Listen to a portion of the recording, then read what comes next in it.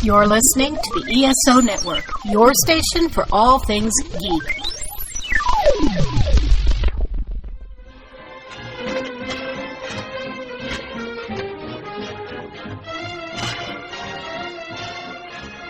Hello, world, and welcome to Tales from Hollywoodland, a veritable feast of movies, television, Broadway, showbiz stories, and even a little bit of news and gossip, with Julian Schlossberg, Arthur E. Friedman, and Stephen J. Rubin.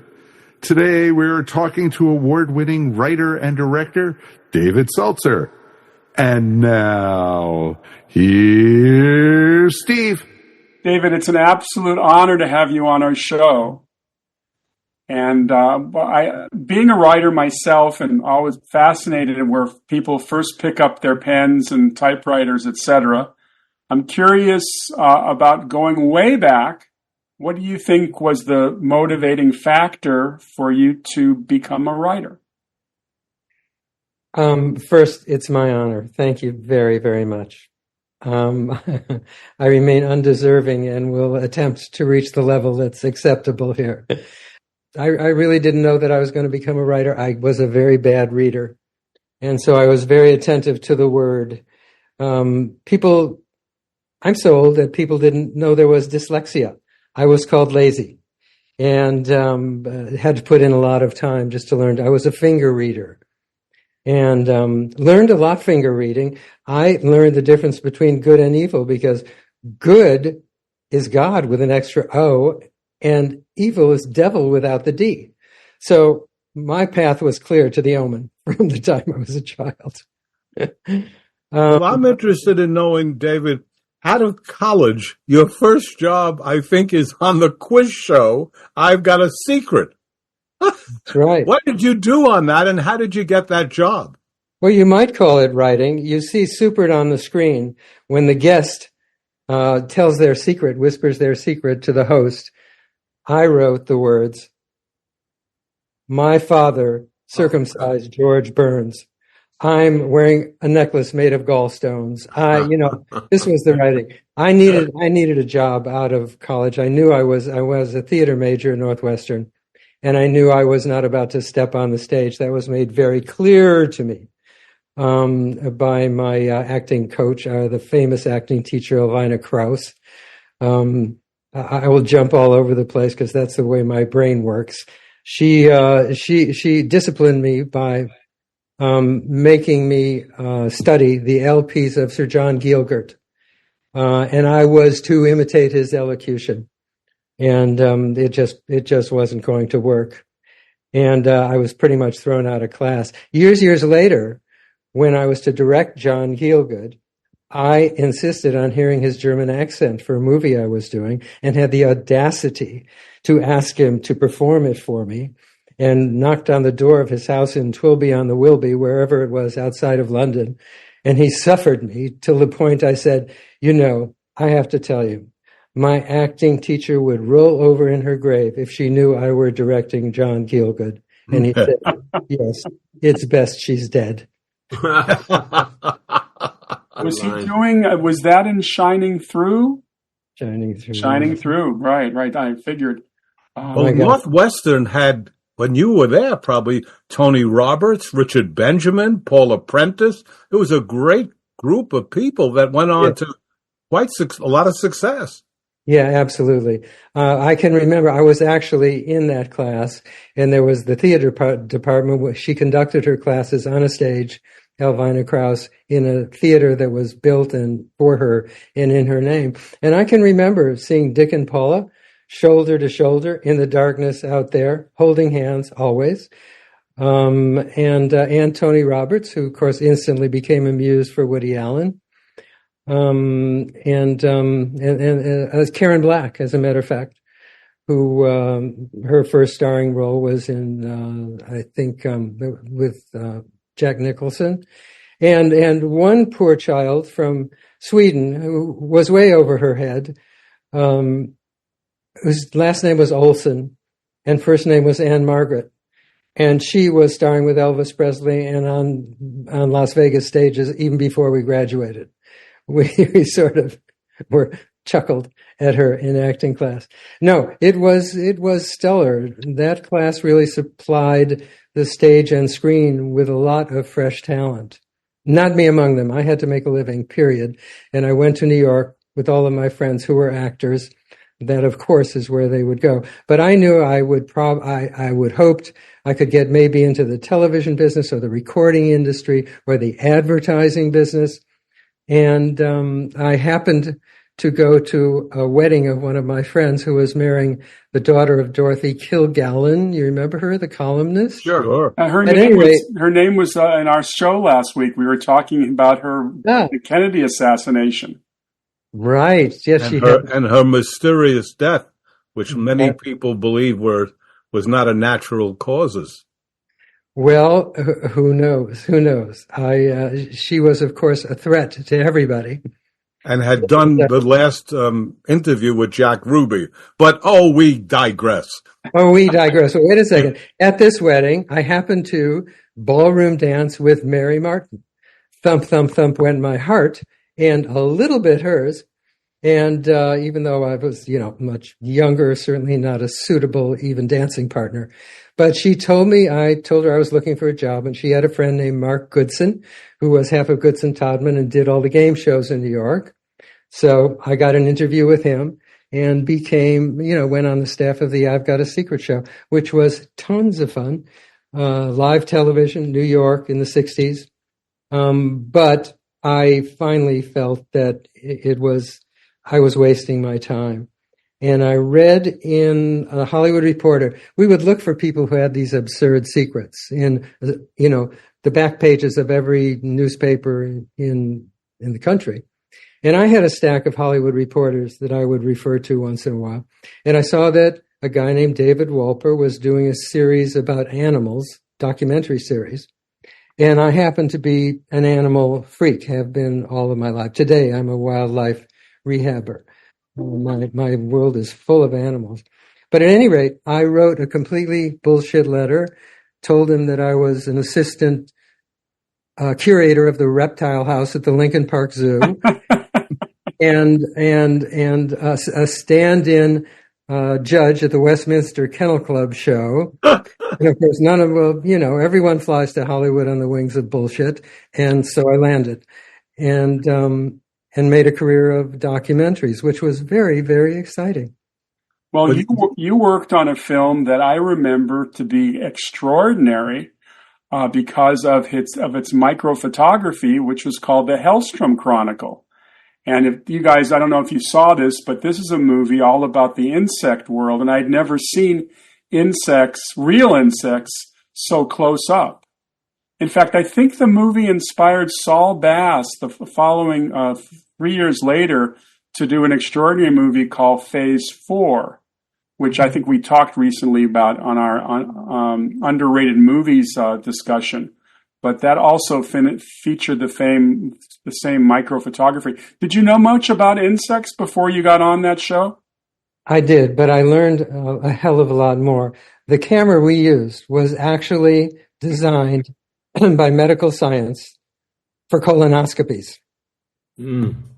It was the first time a camera lens got inside a termite mound, and Wallen Green, he since became a well-known writer, was in the field in Africa, and he came back with all this extraordinary footage of insects. And in one of my more inspired moments, I was sitting there with David Wolper and Mel Stewart, and the footage was remarkable.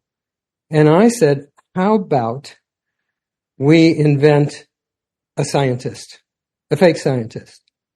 And so we did, and it was my roommate from college, Larry Pressman, who had no experience at all on stage or screen, who played Dr. Hellstrom, and make it be a thesis of the ticking clock on our environment, that insects are so much capable of adaptation, including DDT, which they can happily ingest and live on after a couple of generations.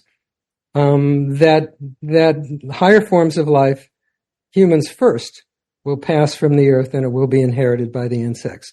So therein, by the way, a well-placed question, because I was a writer of narration, which doesn't yet get you many dates, euphemistically. The writers of dialogue do. So in inventing this character who spoke to the camera dialogue instead of narration about how the walruses mate on the beaches of Bora Bora, this guy is on camera. I said, damn it, I'm a writer. I can write movies. And I started telling everybody I'm going to be a screenwriter. And my bosses, David Wolper and Mel Stewart, who had taken the leap into features, the hubris of which is unequaled, had made a couple of features that didn't make much noise, but they had secured Roald Dahl to adapt his book, Charlie and the Chocolate Factory, to a screenplay. Roald Dahl didn't deliver. And they were Wait, David, didn't he deliver 14 pages? You read it. Yes, in my memoir. He delivered 14 pages with lots of asterisks and arrows to what page to go to in the book. And when they told him this is not what they paid him for, he basically threw it in the air, thinking he was ending the whole venture. And he was their golden ticket to the big time. They didn't know where to turn because they could not admit to any of their sponsors or the studio that they lost Roald Dahl. And I got a call in the middle of the night in my bed in Hollywood. Hey, kid, it's us. Can you really write a screenplay? I said, yeah, why? I had never written a screenplay. And they said, well, we lost Dahl. And this has got to be, you're doing this for no credit. I mean, we'll send you a coach ticket. We'll put you up in a second-rate hotel. If you can pull this off, we will produce your first screenplay. But no one can know that you did this. And so I was on a plane, and I got put up in a second-rate hotel about 6 miles from the studio outside of Munich. And I wrote that screenplay. Had to start with what we called intros and outros from the musical numbers, because that's all they had to start filming with was the music of Brickus and Newley. So at any rate, eventually word got out. It's common knowledge that I wrote it, so it's no big secret now. But at the time, Dahl was so furious, looking for the Hollywood hack who was ruining his script and thereby enabling them to make this movie. Gene caught on to it, Gene Wilder, because he's reading Shakespeare. He's reading Chekhov. He's reading, So Shines a Good Deed in a Troubled World is The Merchants of Venice. It's not Willy Wonka. And Gene asked the runner, who was a kid of 13, who bicycled my pages from the Ludwigstadt Hotel to the studio, said, where are these pages coming from? And the guy's name, who is Rob Newman, he's now a producer himself, he said, I asked, they said there's a Xerox machine in room 104. Oh, God.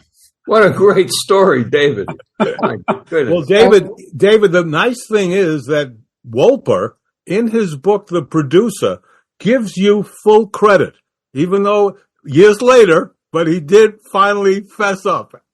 Yeah, as did Mel. The story became worth telling. I never did get a credit or a penny, and what the heck. But you got that stay at that second-rate hotel. Did they give you a little per diem for food, or did you have to buy your own food? It was brought to the door. There was a guard on the door. Her name was Greta. She was muscular and tall and started looking pretty good to me after week number 6.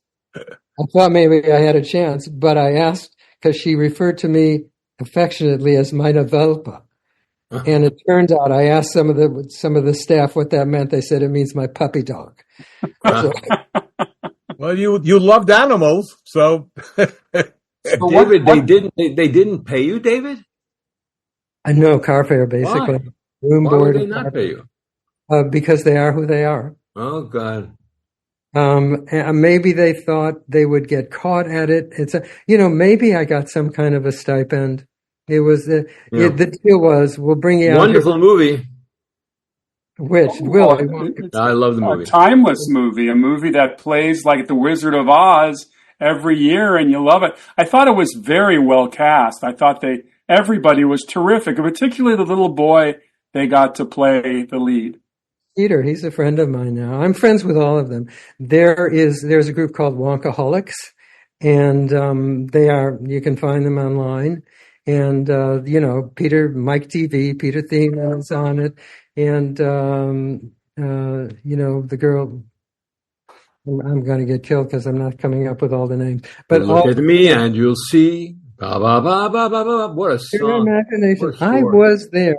Hey, but how about Candyman, guys? I mean, let's not kid ourselves. Right. That was Sammy's biggest song, Sammy Davis Jr. Sammy actually was going to play that role in the movie, but they thought that he would be distracting because he was the only star. Gene Wilder was not yet famous. He had done that little role in Bonnie and Clyde, and he had done another movie that he did a movie called Quacks of Fortune. Quacks of Fortune's brother. Something in the Bronx. But he was not a star. No. Nor did he pretend to be one. He was unto his death as genuine a human being. Believe me, if he was a star, he never would have signed on without a screenplay.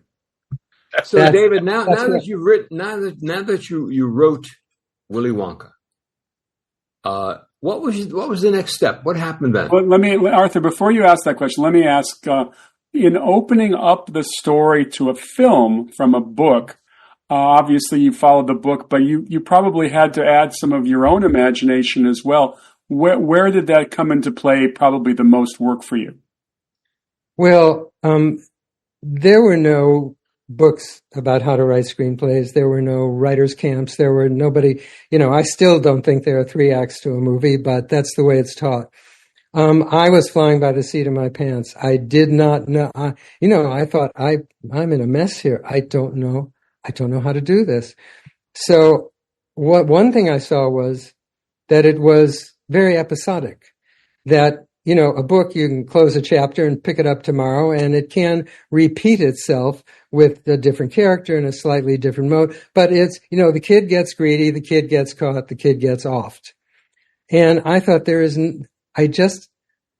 I guess I was born with a sense of structure. I thought there's nothing sustaining here. There is no suspense. There's nothing to wonder about. It's, okay, so what'll happen next? What'll happen next? I invented a character. He had mentioned a character named Slugworth, who was not in Charlie and the Chocolate Factory. It had been mentioned that he was a competing candy maker. And I thought that was a good name. So I invented a very sinister character named Slugworth, who would appear and whisper into the ears of each of the kids. And I didn't know what exactly he was going to be saying, but he was going to be corrupting them one after the other.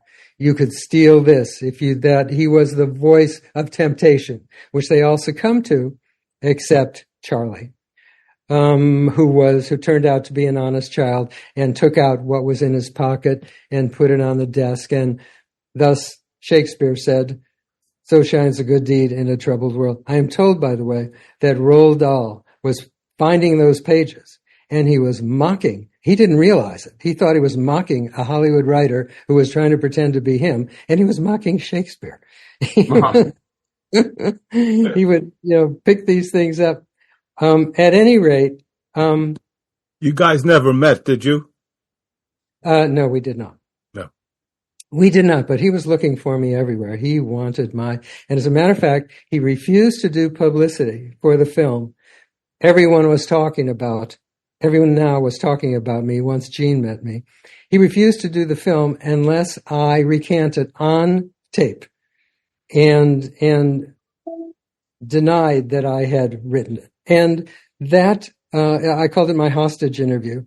That's the last thing I did before I left Munich. I had to sit down on a camera and say, there's a rumor that I was the writer of the show, and I simply wasn't. It's all Roald Dahl's. And I did a little patchwork here and there, but the genius of this belongs to Roald Dahl. And my limousine was waiting. Everybody else went to a wrap party, and I went home. And I saw it a year later. Of course, I wasn't invited to any of the post-production stuff. And I lined up on a Saturday matinee and saw it with everybody else. I was astounded at how good it was. I thought, Everybody did a superb job. The audience was laughing where they should. They were gasping where they should. What I didn't see coming, and this is a bit of a story, I had finished my writing without writing a last scene because we agreed that what was in the book would suffice. Charlie had won the golden ticket. They were up in the Wonkavator, flying above the candy factory. And Willy Wonka told Charlie that he not only won a lifetime supply of chocolate, but he was going to give him the entire chocolate factory. He was to inherit it. His family could live there. Charlie says, "Yippee!" and they fly away. So I left there without that last scene. They were going to do it the way it was in the book. We thought that was okay. And I stopped on the way back to L.A. in Maine, New York, drove to Maine. I had a log cabin on a lake. No phones except for a fire department phone, a red phone tacked to a tree that was ringing when I got there in the middle of the night. And it was Mel in Germany saying, "Where the hell are you? We don't have a last scene." I said, "Mel, I'm in the North Woods in Maine.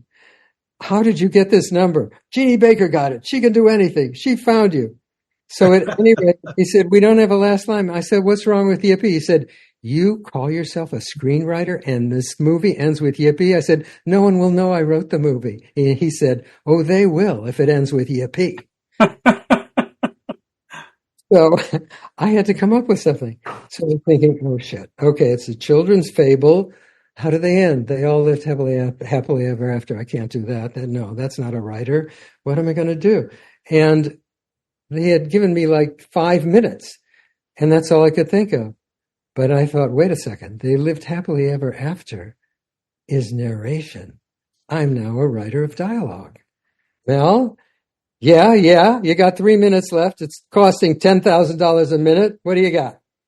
I said, okay, they're up in the Wonkavator. He tells him he's won the chocolate factory. His family can live there forever. He says, "Yippee." Yeah. And I said, but then Wonka says in a very cautious way, "But Charlie, you do know what happened to the man who suddenly got everything he ever wanted, don't you?" And Charlie, suddenly afraid, says, "No, what?" And Wonka says, "He lived happily ever after." There it is. Great. Gene owned that line, let me tell you. And as I sat in a theater, and at the end of the movie, after all the laughter and all the gasping, people were crying. Kids were crying and hugging their parents. He lived happily ever after. And I thought, this is what I want to do. I want to write movies that have an emotional impact on people, that bring families together, that somehow improve the quality of communication, having seen it together, maybe for one night. That's the kind of movie I want to make. And so I did. One after the other, maybe 4 or 5 movies about divorce, about adoption, and they made people cry. And then I saw in the Hollywood Reporter my picture, and I've still got it, of course, said, "David Seltzer, the Sultan of Sobs." My mother saw it in Miami, Julian. She called me to congratulate me on that great review. The Sultan of Sobs. My son is Sultan. Where were you when you saw the movie, David? Where were you when you saw the movie? I was in Hollywood. It was off of La Cienega and 3rd. There was a big theater there. Mm-hmm. Oh, wow. It wasn't playing the Cinerama Dome, maybe. No, it didn't do all that well. La Cienega and Wilshire, the Beverly Wilshire. That would be it. That would be it. The gentleman who plays Slugworth, Gunter Meisner. Yes. If you're ever casting a movie involving Nazis, I was going to say the most diehard Nazis, Gunter Meisner was your guy. He's in so many movies as this horrible Nazi, and yet in your movie, he's Mr. Slugworth, who's mysterious, but he turns out to be a decent guy. It's probably the most decent role he ever had. Right.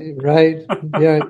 Well, David, I remember years ago you said something, and it looks like you pretty much lived up to it. And this was years ago. You said, "I don't want to take a project unless I can learn something from it." And I never forgot that. I thought, well, that's an interesting way of having a philosophy. And you pretty much lived up to it. So we'll find out. Now I guess it's time to come to the one that will always be in your name, in the Omen. But let's talk in terms of how it all began with old Harvey Bernard, I guess. Yeah. It's true. It's my documentary experience that made me feel, because one becomes an expert. You can bore everybody to death, knowing more than anybody does about some piece of life. And I did, I worked for Jacques Cousteau, and I even worked for the Kennedys. I knew stuff that other people didn't know. And when you're writing features, basically, you're pumping what's in your brain out onto the floor, onto wherever it's going to go. Nothing's coming in. So The Omen was something that I really leaped to.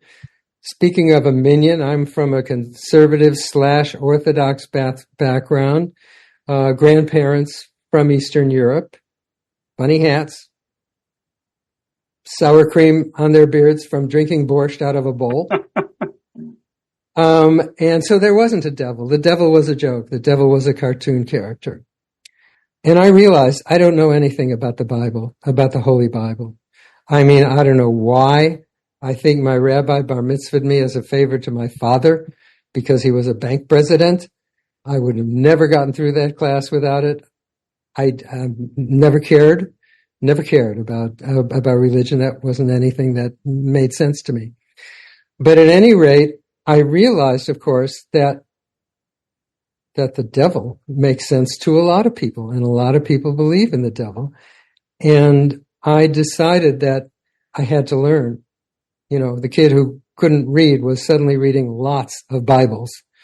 And I became very, very taken with the mythology. Particularly because, and I don't mean this as any insult to anybody who believes it word for word, but the stories themselves are preposterous. They're magical stories. And yet you believe it because it's told with a straight face. And I thought, I am going to make the devil a believable thing. It is going to, come into I was accustomed to writing about families. And when I read that the devil had a kid, the Antichrist, I thought, I'm writing about families again. All I've got to do is put this one into the right. I had worked for the Kennedys, who were formative in my life. And Father Joe was the ambassador to the court of St. James. Talk about a family that was cursed. So I decided to put the Antichrist into a political family. In Revelations, it says that the unholy one, the beast, shall rise from the eternal sea. In the interpretive texts, it translated the eternal sea into the world of roiling with politics and revolution. So I thought, okay, he comes into a political family. It's happened, David. It's happened. Absolutely. He grew up. Yeah. I put him there. But at any rate, I managed to create a guilty hero because he lied to his wife. I mean, he told an almost unforgivable sin out of love for her, to protect her, because she had lost yet another child, that this was their child. Okay, so he's guilty. And no matter how much you love him, you know he's got it coming. And so I have an innocent villain, a guilty hero, a woman in between who doesn't understand what the heck's going on and will have to die because she doesn't. And I was often running on something that I use the Bible a lot. I invented biblical verses, and there's some that sound enough like the Bible, except rhymes more.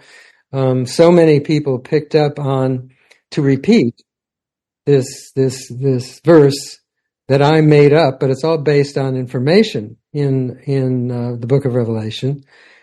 Is when the Jews return to Zion and a comet rips the sky and the Holy Roman Empire rises, you and I must die.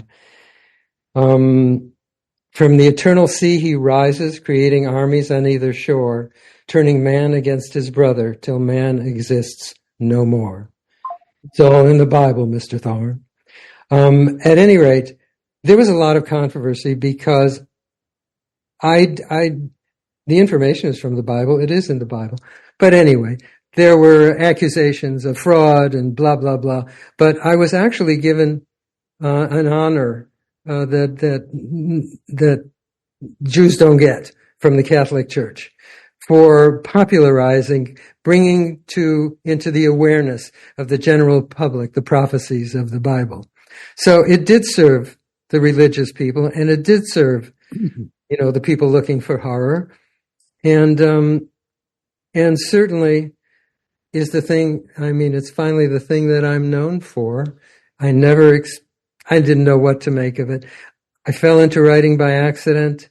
I discovered I was the real thing quite by accident, and so unrolled a career. Well, horror movies these days most often take place in a cabin, and they're very intimate. And even though the home has its intimate moments because it is a family, the canvas is enormous. I don't think anyone had ever done what I'd consider to be an epic horror movie that takes you all over the world on such a level. Yes, The Exorcist was fairly epic in its own way, but it was set in Washington for the most part. I thought the fact that you got Gregory Peck was amazing, and I read that he was not the first choice. Charles Bronson was the first choice. Really? Charles Bronson. Bronson as the Yes, well, Death Wish. Whose choice was that? John Calley at Warner Brothers. Really? Well, okay. He was Charles Bronson had probably just come off of Death Wish and was very hot. Exactly. I also heard you wanted Charlton Heston. I wasn't a part of the casting. I think they did want Charlton Heston. I think that is very true. Wanting the wrong casting, to go back for a minute to Willy Wonka, Roald Dahl wanted Rex Harrison. Interesting. Well, David, who did you want to play in The Omen? You must have been very happy with Gregory Peck, but who was he your first choice? I left that to the grown-ups. I really didn't have a voice in that. Casting is still my worst thing because I don't cast with an actor's head on the body. I fear that would be limiting, or maybe I'm not able to do that.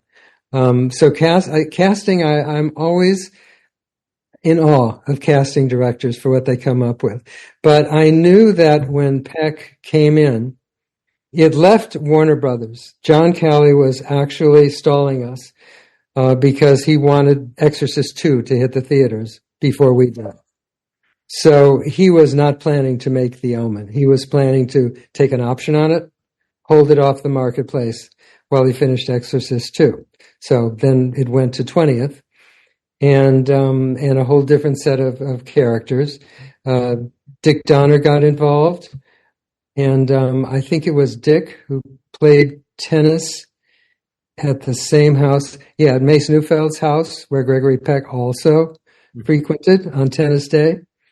And that's the way this thing happened. And I swear, if you look at the movie, the constant cutaways, the return shot of Gregory Peck's Stony Silence makes you take it very seriously. Oh, incredibly so. He lends so much weight to every scene he's in. First of all, you've never seen an actor of that caliber in a horror movie before. I mean, they shun horror movies. And I remember just immediately sitting up straight when he came on screen. And that movie was very powerful to me on so many levels. Because I think we all kind of wonder if there's another plot involving something supernatural going on. I think you create a very credible story.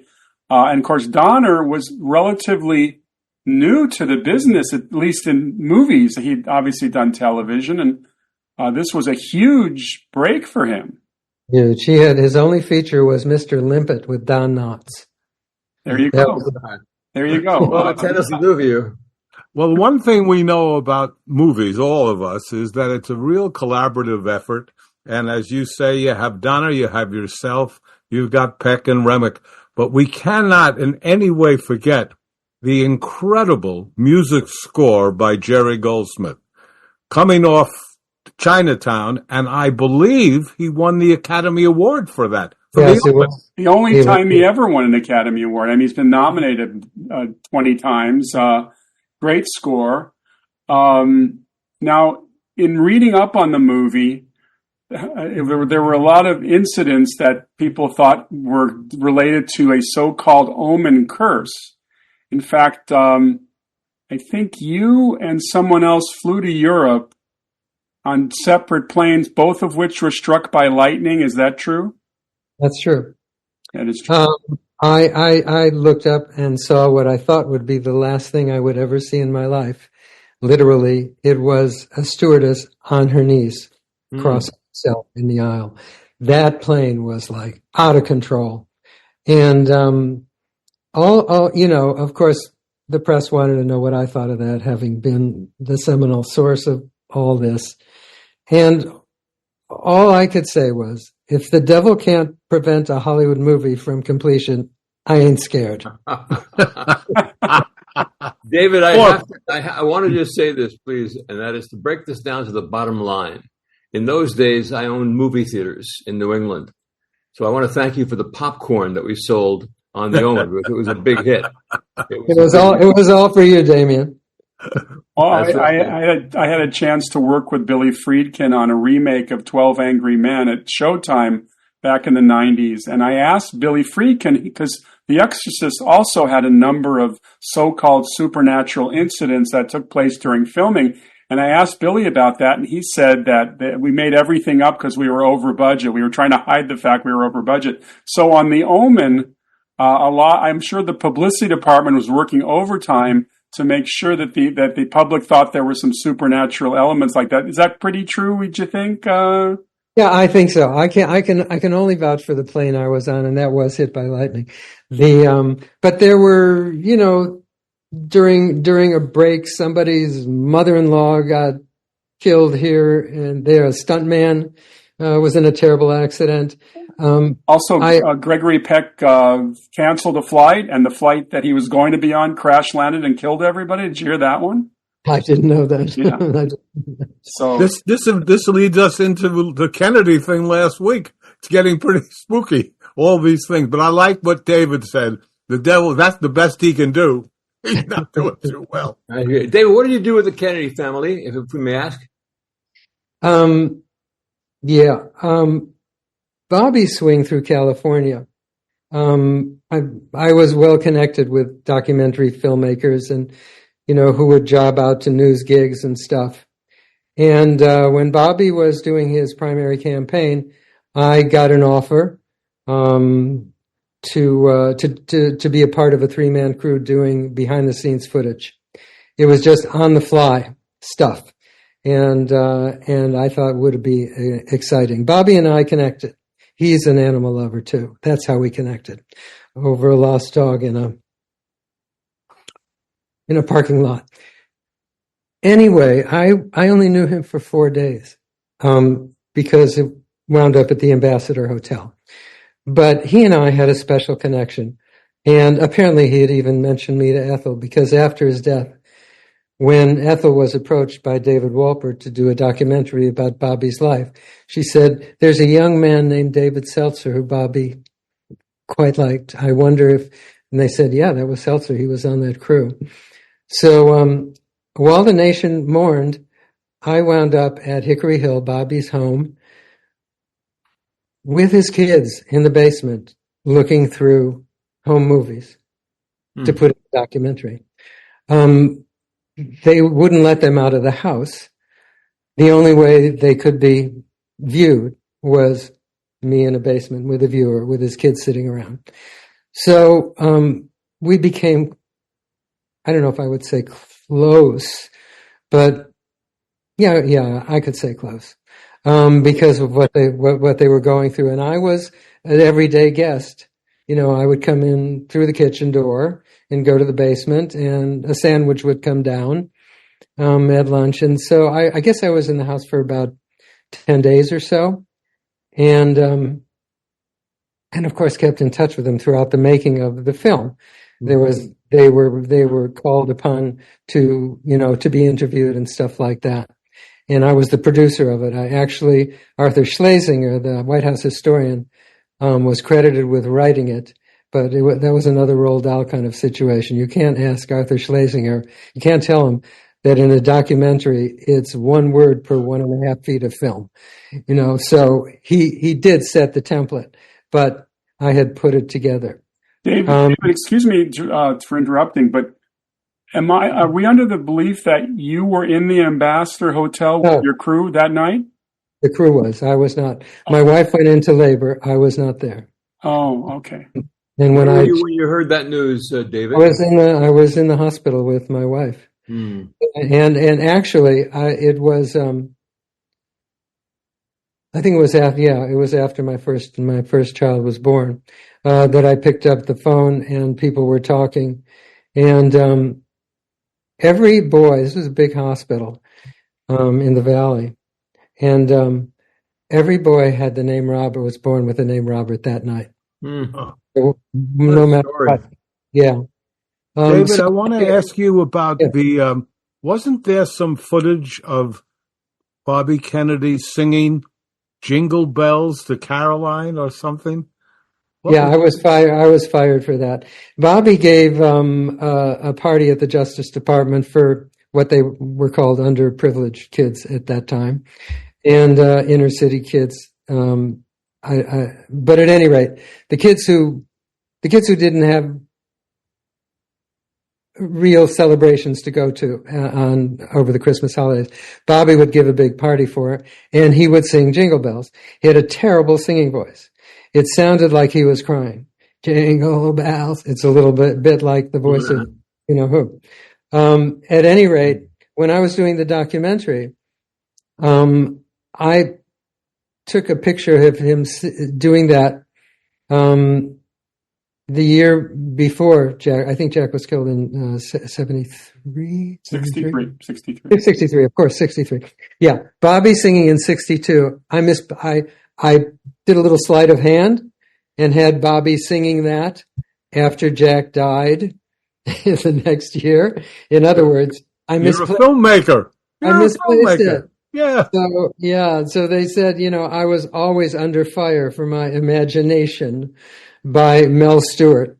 And he said, and they were embarrassed by it because when the film came out, who would have known? Yeah. Except the Swedish cameraman who took that shot, who called NBC and complained that I had committed the cardinal sin in a historical documentary and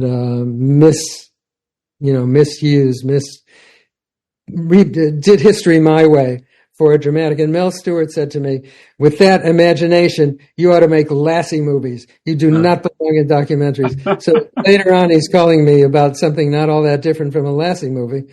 It's Charlie and the Chocolate Factory. But I will say that my connection to the Kennedys lasted in a significant way. I went to Vietnam really because of Bobby and his belief that his commitment to ending that war. Not that I could end the war, but I wanted to go. He said that there were children there who were not being cared for, who were fathered by American soldiers. And I wanted to do a story about that. I decided I would like to do a story about a GI going back to Vietnam to find the child that he knows he fathered, but had to leave, but left behind. And so I went there to research that story. And while I was there, when I went, Teddy, who I was still in touch with, asked if I would do something for him off the record, because he didn't know that he trusted his intel. He was the head of the Armed Services Committee, and he was told that there were tens of thousands of children that were half American that would be left there when the Americans left, which was due to happen. So I went into the countryside and I was interviewing priests and charitable organizations and orphanages to try and get some grip on a rough estimate. I met some kids there who I couldn't leave behind. one of them quadriplegic, who wasn't even in an orphanage. She was on a floor in a garage. And I couldn't get her out of the country. And I called Ethel and Ted, and they made that happen for me. I got 2 kids out, and they are my kids. They are now grandparents. And I couldn't possibly have done it without their help, because the government was not about to let kids go just because somebody wanted them. They had to go. And you were there, David, while the war was going on. Yes, absolutely. Yes. Good Lord. Yeah. Did you ever come under fire? Only once. We were traveling in an ambulance, not because it was, doing anything medical, but basically people didn't touch it when it went through sensitive areas. It's not the kind of faceless, nameless drone war, that is waged now, obviously. The ambulance was stopped once and a gun was put to my head, and that's as close as I ever came.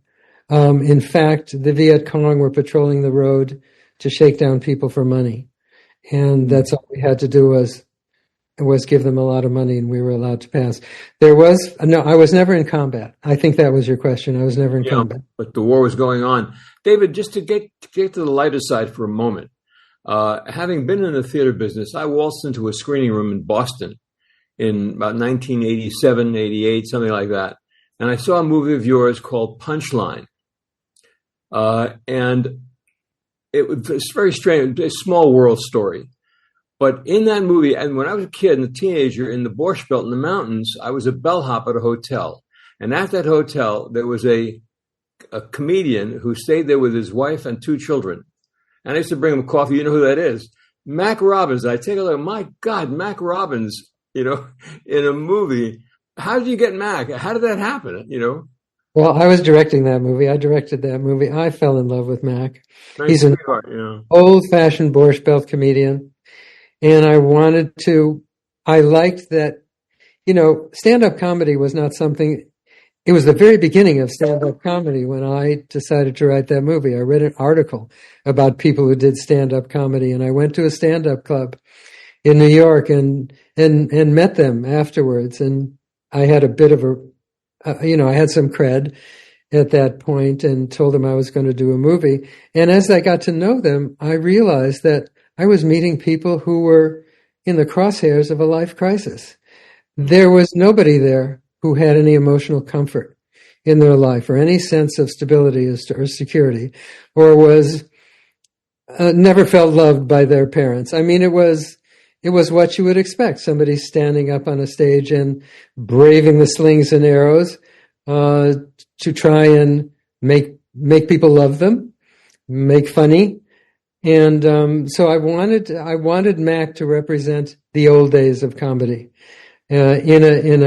within a community of young people on the way up. Yeah. And I thought he was wonderful. He was wonderful, and his face is everything that you just talked about. He was perfect. And he talked about the old days, about getting on the Carson show, or things that people just didn't even know about anymore. His memory, I think, was. We all know the Buddy Hackett's and the Don Rickles and the Milton Berles and all these guys. You don't know that guy that you're talking about, or the Tom Hanks character in the movie. Nice movie. Thank you. I think Tom did some of his best work ever in that movie. Sally Fields. Yeah, Sally was a difficult person to work with. I have all the respect in the world for her, but her work mode involves very much. It's not a group effort. And to go back for a second, David, what did you think of the second Willy Wonka with Johnny Depp? Hated it. Mm-hmm. Hated it. And I didn't like, what they did with the Timothy Chalamet either. Everybody will, of course, try to capitalize on somebody else's success. And they broke the bank with it, though. Boy, didn't they ever? $1 billion. The whole way the family sleeps together in the same bed with somebody facing feet forward. With my kids, we used to talk about, let's sleep Willy Wonka tonight. It became a thing in our family. That whole idea of setting the tone of that house, was that in the doll book, or did you? Oh, that wasn't the doll book. Okay. Absolutely, 100%. No, the guy's brilliant. He's I'm interested, David, in knowing, if I can ask, many writers become a director, and almost all of them say they're doing it to protect their work. Did you become a director for that reason as well? Not really, no. It's just that being a writer, you sit alone in a room all day, every day. You hand in your work. They're nice to you as much as they have to be. And then they have a party and you go back to the room. And I wanted to go to the party. It was the only way to be there. They would suffer the presence of a writer on a set one day during production. I was lucky that Peck liked having me around. But you were on the set of The Omen when it was shooting. I was until Greg Peck was just the most amazing man. Quick story, because I know we're running out of time. When he got to Shepperton Studios, I was so excited about seeing him. I ran to the limousine with the script in my arm. I said, Mr. Peck, Mr. Peck. And he thought I wanted an autograph. And he said, okay, what's your name? I said, this is my name. He said, you are David Seltzer? And I said, yeah. He said, oh dear. I said, well, you're disappointed? He said, I expected an old grizzled man with a gray beard. I said, I'm sorry. He said, well, we'll carry on, won't we? So for my money, the most terrifying moment in the movie is when they go to the graveyard and with those dogs. Was that a set in England? Was that a film set?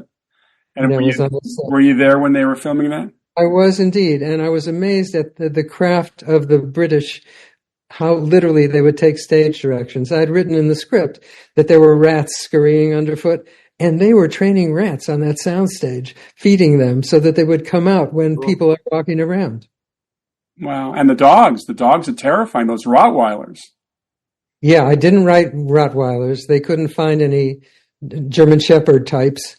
So that was quite a happy accident. Not good for the breed, but in general. Well, David, you did a very interesting thing about after you went and you saw the decapitation, which of course no one had seen in a movie. Poor David Warner never was the same.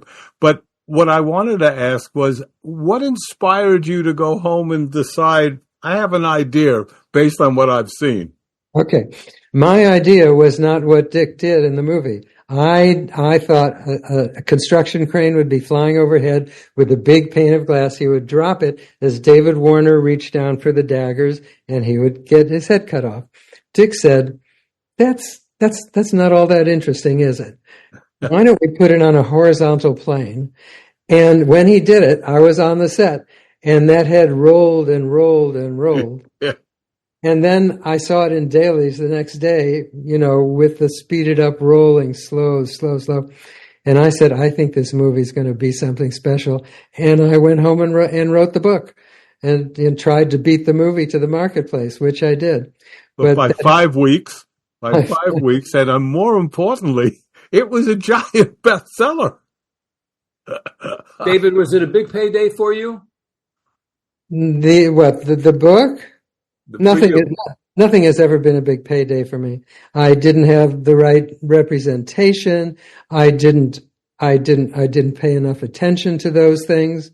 The Omen has been a payday for me, but it's certainly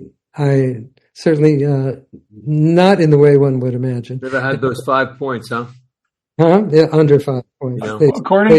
According to IMDb, David Warner was entrusted with his own head after the filming. And then he lost it in the divorce. His wife wanted his head, which probably there's something going on there. Isn't that wonderful? I actually saw the interview. I didn't know that at the time, but someone said, whatever happened to the head? And he said, my wife got it in the divorce. You also did a movie called My Giant, which, how did that come about? That's an interesting story. Billy Crystal had the notion, and I did the script, and we all were very unhappy with the result because Billy insisted on casting George Murison, the basketball player who is from Belgravia or somewhere like that. He's not an actor. It didn't work at all. Billy wanted to ingratiate himself to the basketball team, and that's what this was about. Spielberg was going to direct it until he met George A. George A. is a wonderful man, but by no means an actor. And the picture just didn't work as a result. It was just badly miscast. Andre the Giant was the original inspiration, right? Of that. Oh, yes, that's right. But he had died, so he was not available, or what? How did that work out? I don't really recall. David, did you ever get involved with writer's block? Was that ever a problem for you?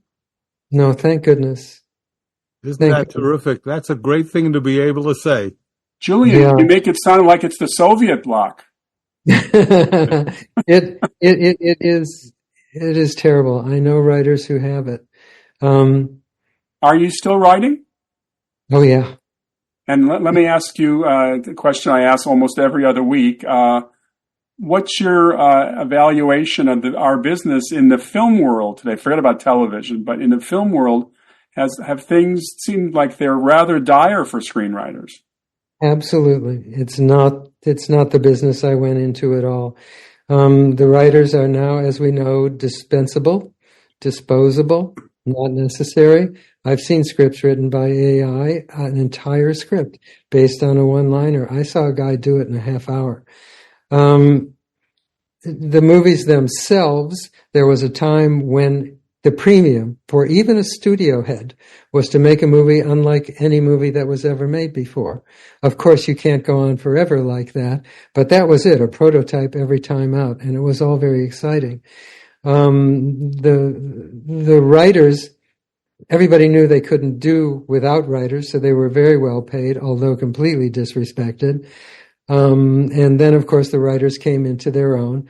But now there's just such a glut on the market, and no one cares what the quality of what goes on the screen is, really. And some of it's good, of course, but most of it is just Alpo, just feed the beast. Movies are not story-driven anymore. And, that's correct. That's devastating. And you have business. These guys that used to run studios loved movies. These guys love the bottom line. They love the businessmen. They're not what we all grew up with. They're just not. They would run Black Leader for 2 hours on a screen if they thought people would buy tickets. That's right. But David, what happened is the worldwide market exploded, and everything for the world became things of action, adventure, little dialogue, and that's unfortunately what happened. Question for you, David. We like to ask this of our guests every week. What are some of your personal favorite movies of all time? Oh gosh, I'm so the wrong person. You go back to the Golden Age, Casablanca, Citizen Kane, things of that sort. Double Indemnity. I have come away loving so many movies. I remember I couldn't get out of my chair after Midnight Cowboy. I was just so devastated. I would require more time to think and put together some notes. I'm sorry. Well, on that note, we're going to return to Mike Faber. You've been a wonderful guest, David. I think we could talk to you for another hour at least, especially on the state of the business. Mike, it's all yours. Thank you, Steve. And of course, David, thank you so much for joining us today. Thank you. Thank you so very much. My great pleasure. You were great. You've reached the end of this episode of Tales from Hollywoodland. Always remember, we couldn't do this without you. We want to hear from you, so please write us anytime at talesfromhollywoodland@gmail.com. Remember, you can find us wherever fine podcasts are found, and now you can even find us up on our YouTube channel. If you made it this far into this episode, why not subscribe and give us a thumbs up? Or if you're listening to us, please give us 5 stars. If you're into any social media, please check us out on Instagram and Facebook. Before we get out of here, let's check with the guys and see what's happening this week on their podcasts. Julian, who are you talking to this week? Well, this week is Dan Lauria, best known for the father on The Wonder Years, playing Jack Arnold. But he's a wonderful actor from Broadway and television. He's done it all, and he's extremely forthcoming in talking about his career and the business. That is awesome. Steve, what's cooking over on Saturday night at the movies? We interview Australian director Bruce Hunt about a terrifically horrific, although probably not as horrific as The Omen, a supernatural cave diving movie called The Cave. And it's very claustrophobic, and it's a very interesting movie. I caught it recently, and I thought I'd look him up, and he's my interview subject. That is awesome. That is awesome. And it is a scary movie. That is not as scary as The Omen, but it's still very scary. That's good. That's awesome. Arthur, what's cooking for next week on our podcast? We have a special guest next week, David Ward, who out of film school, USC, delivered a script called The Sting. And that was his first script. I trust David knows who that is. And David went on to do Major League and also wrote a good portion of Sleepless in Seattle. We're gonna be interviewing David Ward, great baseball fan, by the way. And so we look forward to that. On behalf of Steve, Arthur, and Julian, thanks again for listening. This is your producer and announcer, Mike Faber. We'll see you here next time on Tales from Hollywoodland. Your Hollywood adventure starts right here.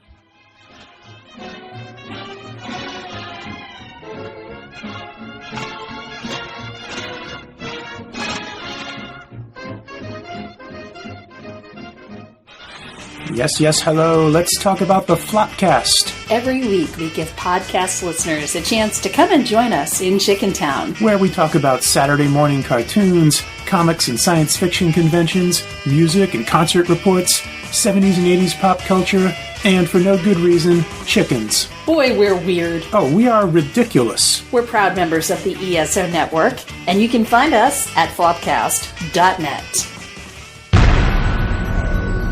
This has been a broadcast of the ESO Network. Be part of the crew and help support our shows by donating to our ESO Patreon or by shopping at the TeePublic store, which can all be found at www.esonetwork.com. The ESO Network, your station for all things geek.